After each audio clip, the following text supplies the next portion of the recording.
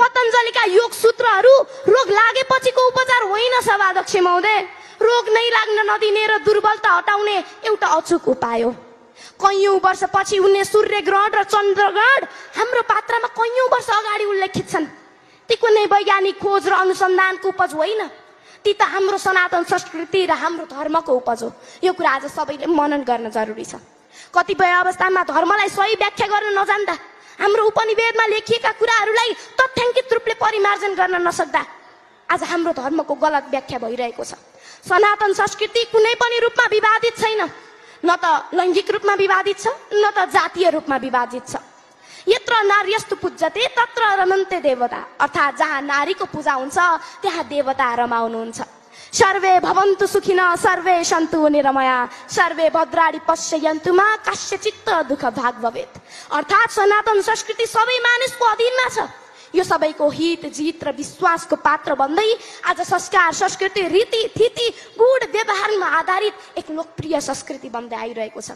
यी सबै कुरालाई विश्व सामु पुर्याउने महान लक्ष्यका साथ सबै पर्यटकले मन पराउने धार्मिक सामाजिक र सांस्कृतिक रूपले भडीपुर र पोखराको यो पवित्र भूमिमा आयोजित गण्डकी कोटी होम एक कोसेढुङ्गा साबित हुनेछ। हामी जस्ता कलिला बालबालिकाहरूको लागि प्रेरणाको स्रोत बन्नेछ।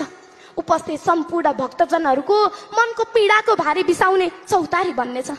आजका युवाहरूको लागि ज्ञान ध्यान र भक्तिको एक अचूक उपाय बन्नेछ।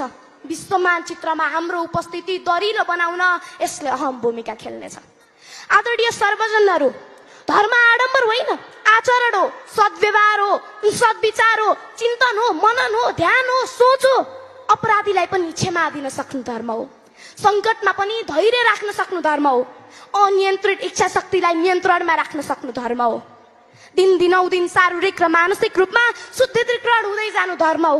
बौद्धिक प्राप्तिका लागि निरन्तर पहल गर्नु धर्म हो। निरन्तर रूपमा अध्ययनशील र प्रयत्नशील बन्नु धर्म हो, जसले मानिसलाई मानिस बन्नको लागि प्रेरणा दिने गर्दछ। अन्त्यमा असतोमा सद्गमया तमसोमा ज्योतिर्गमया भन्दै आफ्ना भनाइ अन्त्य गर्न चाहन्छु। धन्यवाद। जय सनातन संस्कृति, जय गण्डकी कोटी होम। मेरो अभिभावकले सधैँ भन्ने वाक्य हरिओम तत्सत। धन्यवाद।